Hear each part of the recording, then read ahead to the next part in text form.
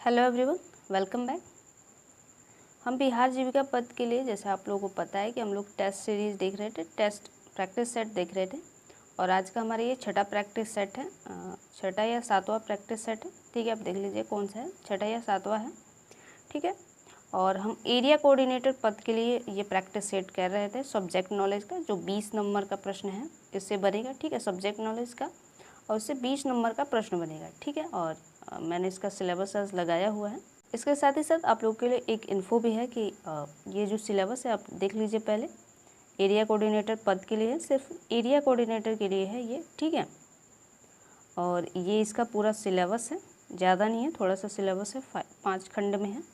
ठीक है, तो आप लोगों के लिए एक इन्फो है कि जल्दी जो ये सब्जेक्ट नॉलेज है, ये इसके जितने भी टॉपिक्स हैं उस पर हम क्लासेस अटेंड करेंगे, यानी इसके सब्जेक्ट की जो क्लासेस हैं उसको क्लियर करेंगे। ठीक है, अभी हम इसके कंसेप्ट के आधार पर, जो कंसेप्ट हम ये इसमें दिया हुआ है उसके आधार पर सिर्फ हम उसका प्रैक्टिस सेट कर रहे हैं। लेकिन मुझे लगता है कि प्रैक्टिस सेट, अगर आपको उसके बैकग्राउंड नहीं पता, उसके विषय में पता नहीं होगा, तो आप बेहतर तरीके से प्रैक्टिस सेट को नहीं कर पाएंगे। ठीक है, तो इसी तथ्य को ध्यान में रखते हुए मैंने सोचा है कि इस पर फुल वीडियो लेकर आया जाए, फुल डिटेल में इसको, हर कंसेप्ट को डिटेल में कवर किया जाए। उसके बाद और उसके साथ ही साथ टेस्ट भी देंगे तो शायद बेटर होगा। ठीक है, तो इसी को ध्यान में रखते हुए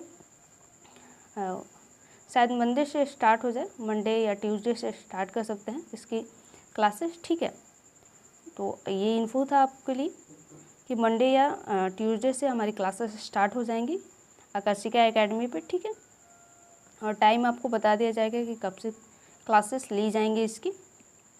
ठीक है, तो ये इन्फो था आपके लिए। अब चलते हैं अपने टेस्ट पे। हम टेस्ट साथ में टेस्ट भी करते चलेंगे। ठीक है, और वो जो सब्जेक्ट है, यानी जो भी टॉपिक्स है उसको डिटेल में कवर करते हुए भी चलेंगे। उसके साथ टेस्ट भी आप लगाते चलेगा, जिससे पता चलेगा कि आपने जो पढ़ा है वो कितना बेनिफिशियल या कितना आपको याद है। ठीक है, कितना रिकॉल है। ठीक है, तो चलिए स्टार्ट करते हैं। आज का हमारा पहला प्रश्न है कि राष्ट्रीय सामाजिक सहायता कार्यक्रम यानी NSAP किस वर्ष शुरू किया गया था। ठीक है, तो वर्ष 1991 में पहला ऑप्शन है, दूसरा वर्ष 1995 में, तीसरा है वर्ष 2005 में और चौथा है वर्ष 2007 में। तो आपको लोगों को पता है कि हमने पिछले में देखा था 15 अगस्त को ये स्टार्ट हुआ था। 15 अगस्त 1995 को जो राष्ट्रीय सामाजिक सहायता कार्यक्रम है इसकी शुरुआत की गई थी।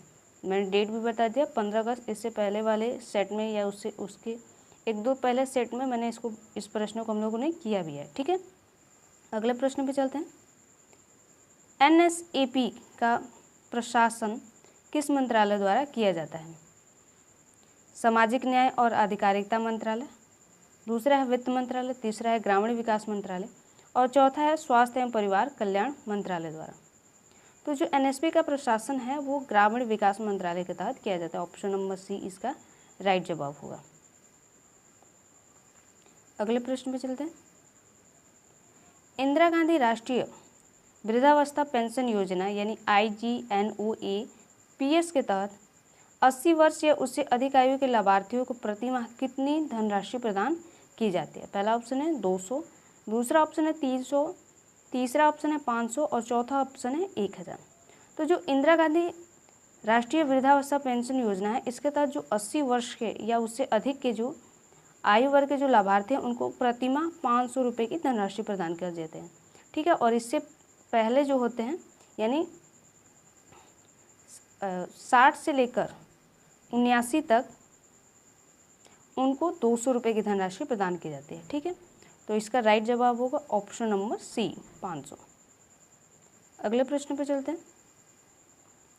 प्रश्न है कि किस योजना के तहत गरीबी रेखा से नीचे के परिवारों के मुख्य कमाऊ सदस्य की मृत्यु पर एकमुश्त वित्तीय राशि प्रदान की जाती है। ठीक है, पहला ऑप्शन है अन्नपूर्णा योजना, दूसरा है इंदिरा गांधी राष्ट्रीय वृद्धावस्था पेंशन योजना, तीसरा है राष्ट्रीय परिवार लाभ योजना और चौथा है राष्ट्रीय इंदिरा गांधी राष्ट्रीय विधवा पेंशन योजना।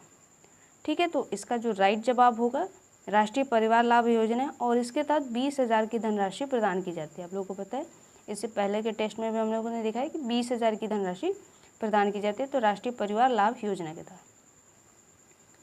उसके बाद है इंदिरा गांधी राष्ट्रीय विधवा पेंशन योजना के लिए पात्र होने के लिए विधवाओं की न्यूनतम आयु, यहाँ पे विधवाएं होंगी, आयु क्या है, ठीक है, 18 वर्ष है, 25 वर्ष है, 40 वर्ष है या 60 वर्ष है, ठीक है। तो राष्ट्रीय जो इंदिरा गांधी राष्ट्रीय विधवा पेंशन योजना है, इसके तहत 40 वर्ष की आयु, न्यूनतम आयु का निर्धारण इसमें किया गया। तो इसका राइट जवाब होगा ऑप्शन नंबर सी। नेक्स्ट पे चलते हैं। इंदिरा गांधी राष्ट्रीय विकलांगता पेंशन योजना यानी IGDNPS के तहत पेंशन के लिए पात्र होने के लिए विकलांगता का प्रतिशत कितना होना चाहिए? पहला है 40% या उससे अधिक, 60% या उससे अधिक, 80% या उससे अधिक, या 100%, ठीक है। तो जो इसका राइट जवाब होगा, जो इंदिरा गांधी राष्ट्रीय विकलांगता पेंशन योजना है, इसके तहत ऑप्शन नंबर सी यानी 80 या उससे अधिक की प्रतिशत से विकलांगता होनी चाहिए, ठीक है। तो इसका राइट जवाब होगा ऑप्शन नंबर सी 80%। अगले प्रश्न पे चलते हैं। अन्नपूर्णा योजना के तहत पात्र वरिष्ठ नागरिकों को हर महीने कितना मुफ्त अनाज दिया जाता है? मुफ्त में कितना अनाज दिया जाता है अन्नपूर्णा योजना के तहत? ध्यान रखना, योजना 5 किलोग्राम, 10 किलोग्राम, 15 किलोग्राम या 20 किलोग्राम। तो जो ये अन्नपूर्णा योजना है, इसके तहत जो पात्र वरिष्ठ नागरिक हैं उनको हर महीने 10 किलोग्राम अनाज मुफ्त में दिया जाता है। तो इसका जो राइट जवाब होगा ऑप्शन नंबर बी होगा 10 किलोग्राम, ठीक है। अगले प्रश्न पे चलते हैं और आज का हमारा ये लास्ट प्रश्न है। NSAP की योजनाओं का लाभ उठाने के लिए व्यक्ति को किस श्रेणी से संबंधित होनी चाहिए, यानी किस श्रेणी वर्ग से वो व्यक्ति होना चाहिए? पहला सामान्य वर्ग से, दूसरा है मध्यम वर्ग से, तीसरा है गरीबी रेखा से नीचे के परिवार यानी BPL परिवार से, या उच्च आय वर्ग से।